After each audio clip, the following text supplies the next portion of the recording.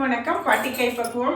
இன்னைக்கு எங்கள் ஊரில் கோயம்புத்தூரில் நாங்கள் எப்படி எல்லாத்தையும் வறுத்து ஆட்டி ஊற்றி குழம்பு வைப்போமோ சாம்பார், அதே மாதிரி எல்லா பொருளும் எடுத்து வச்சுருக்கேன் பாருங்கள். மசாலாலாம் மிளகு, சீரகம், வெந்தயம், பெருங்காயம், கடலைப்பருப்பு, காஞ்ச மிளகா, தனியா. சரிங்களா?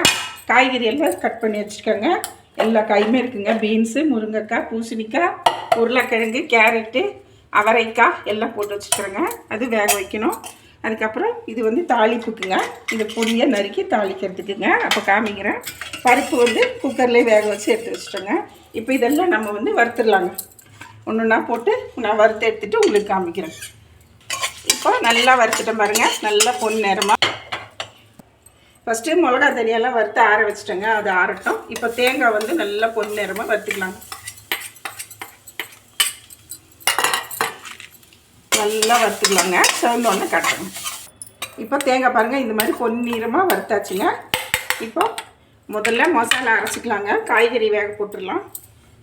காய்கறி தாளிக்கெல்லாம் வேண்டாங்க, அப்படியே போட்டு வேக வைக்க வேண்டியதுதான். மசாலா அரைச்சி நம்ம அதில் மிக்ஸ் பண்ண வேண்டியதுதாங்க.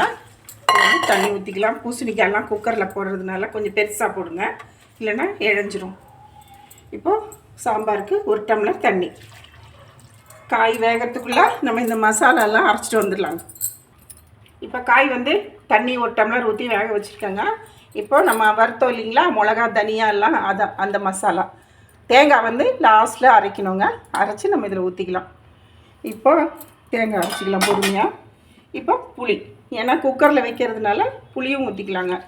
நான் புளி கொஞ்சம் கம்மியாக தாங்க ஊற்றுறேன், தண்ணியாக ஊற்றுறேன்.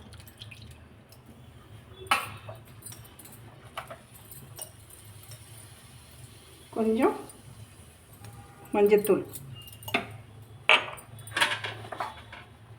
அளவான உப்பு. நல்லா கலக்கி விட்டுறேங்க. கலக்கி விட்டுட்டு குக்கர் வெயிட் போட்டு விசில் வந்தோன்னா உங்களுக்கு நான் காமிக்கிறேங்க. சரிங்களா? இப்போ சாம்பார் காய் மசாலாவோடு நல்லா வந்துருச்சுங்களா? இப்போ நம்ம தேவைக்கு பருப்பு ஊற்றிக்கலாங்க. பருப்பு ஊற்றிட்டு தேங்காய் கரைச்சி அதையும் ஊற்றிடலாங்க.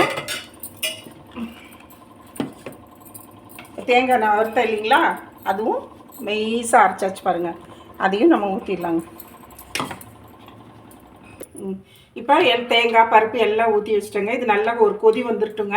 அதுக்குள்ளே நம்ம தாளிப்பு கொடுத்துடலாங்க. தேங்காய் எண்ணெய் ஊற்றிட்டோங்க. கடுகு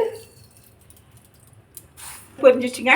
4 வெந்தயம், 2 காஞ்ச மிளகா, அப்புறம் சாம்பார் வெங்காயம் நல்லா இங்கே பாருங்கள் பொடியாக நறுக்கி வச்சுருக்கேன். அதையும் போட்டுக்கலாம்.